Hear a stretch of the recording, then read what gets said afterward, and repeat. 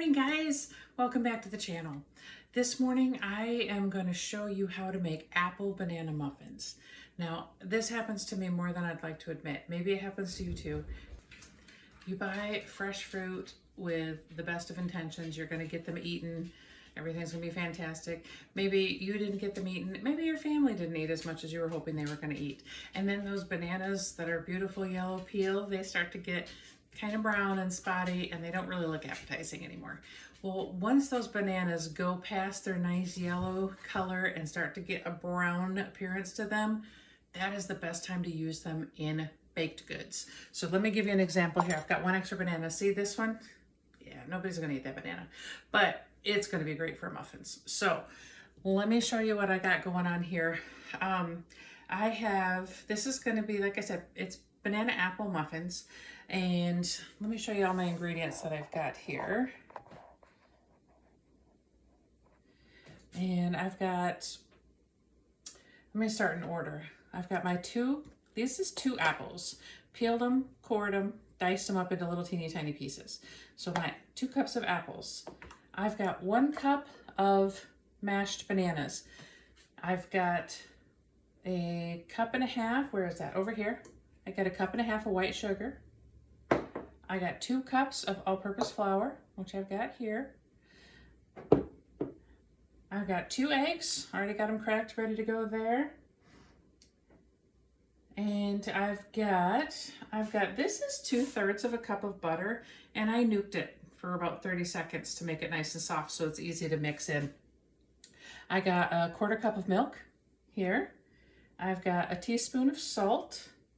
I've got a teaspoon of ground cinnamon and a teaspoon of ground nutmeg in here, a teaspoon of vanilla extract, and a teaspoon of baking soda.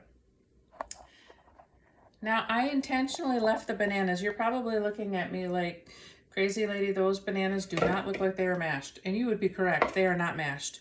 But I wanted to just mash them in front of you in case any of you have never actually had to mash a banana before. So this is what a masher looks like. Usually use this a lot for potatoes, but it mashes everything. So you can use it for your bananas. And they usually mash pretty easily. I probably should have a little bigger bowl. That's okay. They mash pretty easily. The more ripe they are, the more brown that peel gets, the easier these are to mash. So it doesn't take too much, but you want to make sure that you do the mashing before you do the measuring. Because if you measure a whole banana, that's going to fill up 1 cup a lot quicker than what mashed bananas will, right? So yeah, I definitely got a little bit of a small bowl here, but that's okay. It still serves the purpose. Yeah. That should be pretty good there. Okay. Mashed bananas.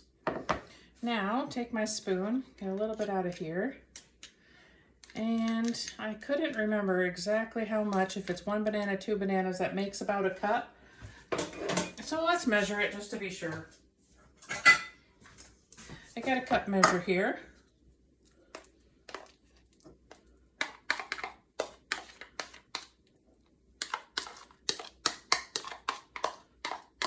Yeah, 2 bananas, there you go. 2 bananas makes a nice 1 cup mashed. Let's not waste any of it. There we go.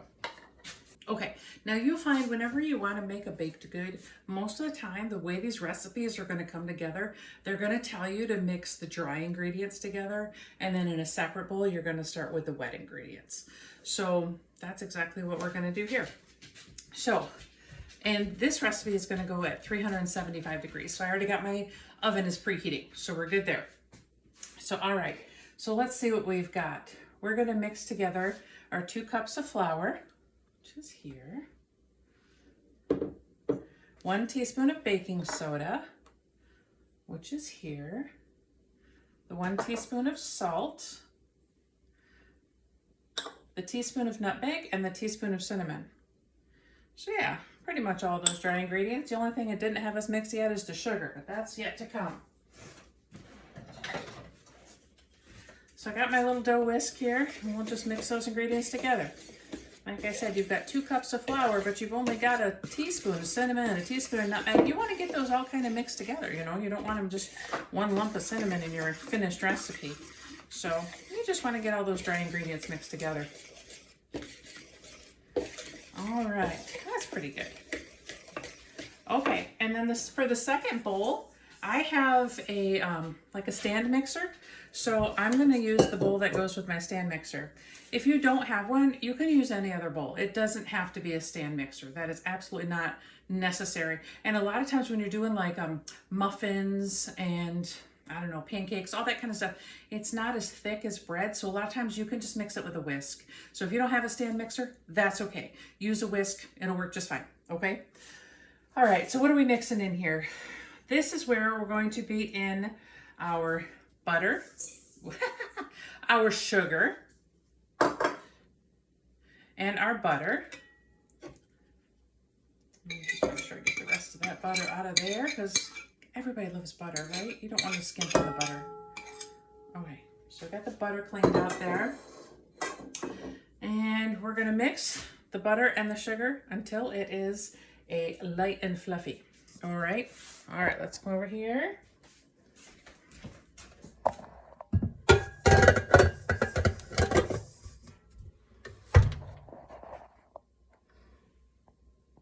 Okay, so we get started on the stand mixer. Just gonna turn it on kind of medium here.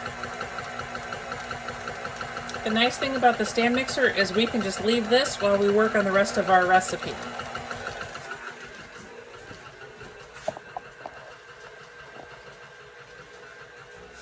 All right, what are we gonna do next? And, okay, fine. Okay, now we're gonna be doing a lot of mixing right into this, the sugar and the butter that's already mixing. The wet ingredients are gonna go into this one here. I hope you can hear me okay over this stand mixer. So we're gonna go ahead and put in that 1/4 cup of milk. It does not matter which order you put these in either. They're all gonna get mixed in, they're all gonna be fine. Teaspoon of vanilla. And then I got my 2 eggs here. Get these out of the way.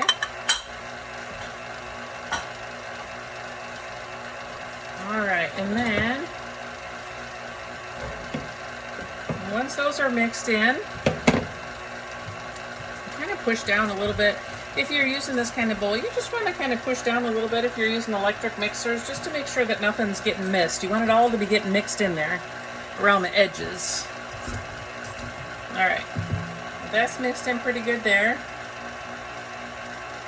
I'm gonna turn up this mixer on a little bit higher speed for like a minute or so, and then I'll turn you back on. You can see how it looks like when it's light and fluffy.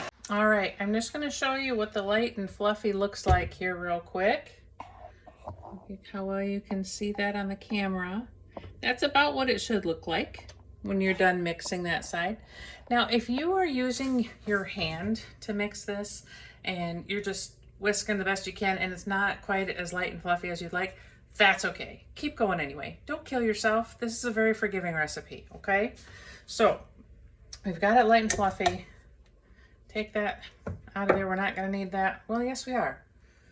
Put it back on. All right. So we're gonna go ahead and add in the dry ingredients now, that flour mixture that we already put together. So put this back down, lower temperature or lower speed again. This is gonna be right in front of the camera. I'm so sorry. How do I do this? Try and get it out of the way a little bit. Nope, completely in the way. All right, so we're just gonna pour it in here. Now if you go super fast, you're gonna spill your flour, is gonna whip it right back out of the bowl. So, you know, don't go crazy. Slow and steady wins the race here. Same thing if you're using like an electric hand mixer and you're gonna start mixing in the bowl. Don't go crazy too fast because, you know, things are gonna start flying. All right, so we're gonna give this just another second here to mix in that flour ingredients. Then we're just gonna throw in the apple and the banana, and that's gonna be that. But you can see here the consistency. It's pretty liquid, so if you have to do anything by hand, it's okay. You're gonna be able to do it. All right, let's pull it up a little bit. Let it spin some of that batter back out. All right, pull it up there. All right. You can't smell this, but believe me, it smells fantastic. I'm so excited.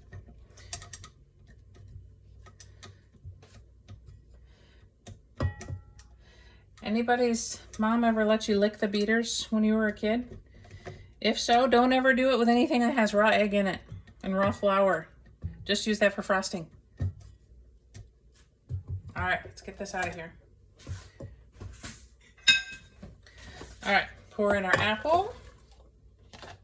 All the little apple pieces. And I'll use the spoon to help us with this mashed banana. All right, and now you don't want to whip the heck out of it now that they're all together. You're just kind of turning it. Can you see? Just so that the apple and the banana are mixed into all the pieces there. You don't want to have a muffin that has like a ridiculous amount of apple and then a muffin that has none. So make sure you get it nice and even in there. Yeah, that should do it. I have these silicone muffin pans and I have little paper liners in each one of them. So that makes cleanup a heck of a lot easier, and it makes it easier. It's got something to put your muffin in, you know, so they're more portable that way. And I'm just gonna scoop batter into each one of these. Now you don't want to go all the way to the top, okay? Because these are gonna rise a little bit in the oven. So what you want to do, I like this ice cream scoop. I feel like it works well for me, but you can use a regular spoon. You just take some up and you're just going to let it kind of drop down in there. Okay. There. And it's, like I said, this batter is still pretty liquidy, so it's going to kind of settle out on its own. You don't have to fuss with it too much. Just keep filling.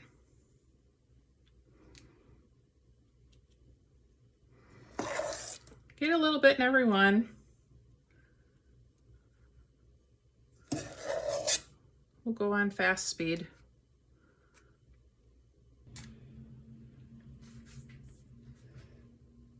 Okay, now I've got them all, I've got batter in each one, but you see I still got a pretty good amount of batter left.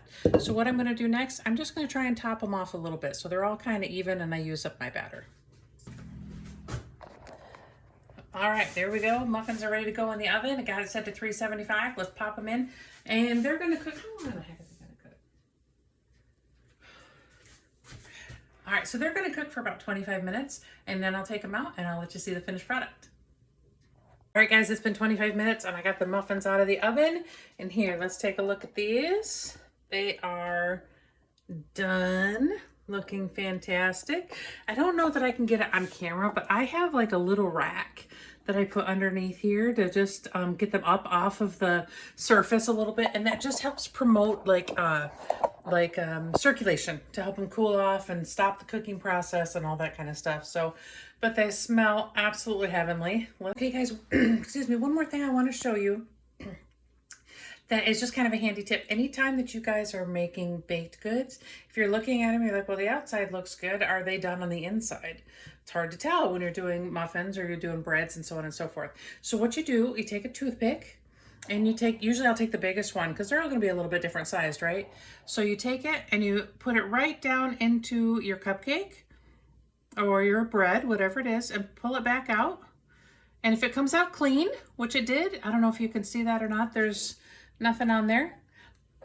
That tells you that it's baked all the way through and you're done. So just a little tip to make that a little bit easier. I hope you enjoyed watching. I hope you try it. Let me know how it turns out.